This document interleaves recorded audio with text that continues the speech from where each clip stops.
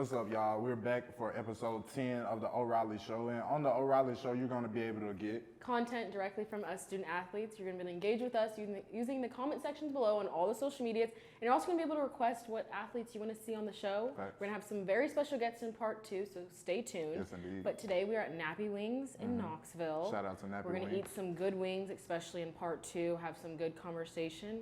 First off, how are you doing? How's your body? I always ask this, but still, how are you honestly doing? I'm doing smooth. Like, you know, body's okay.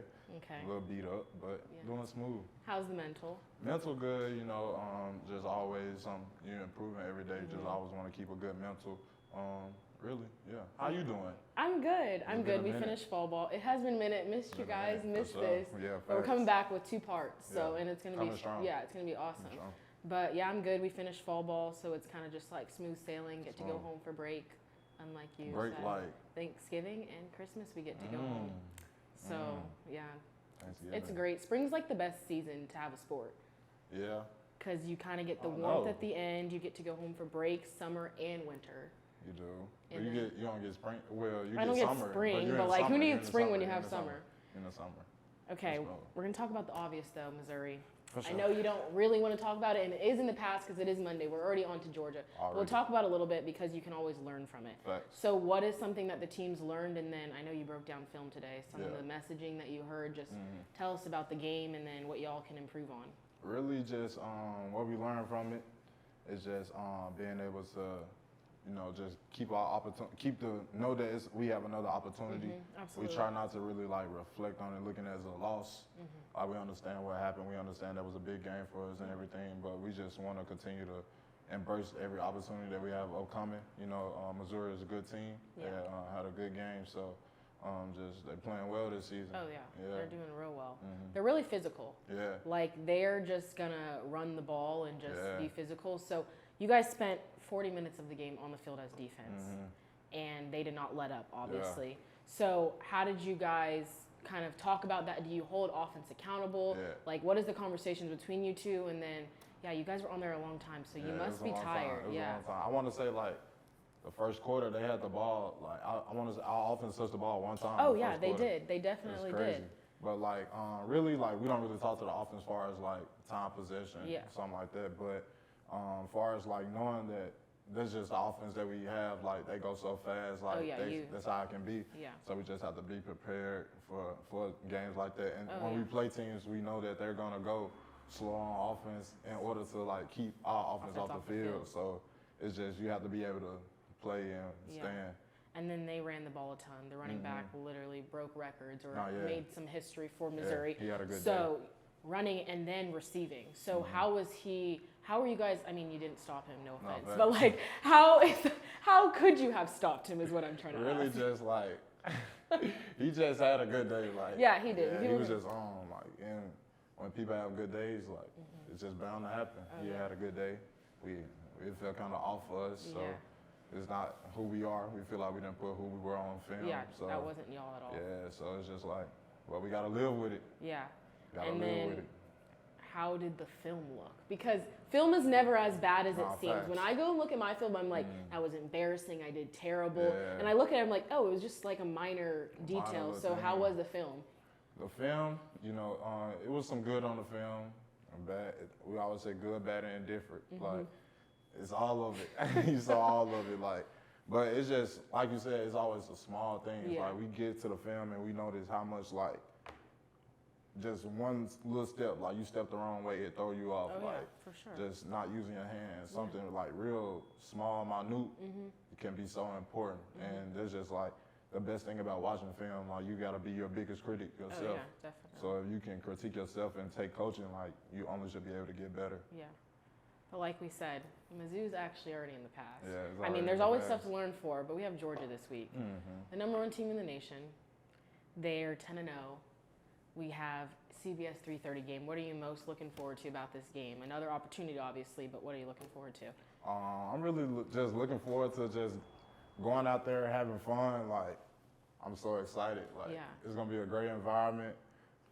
#1 team coming in your house, like, You have a chance to make a statement. It's a great.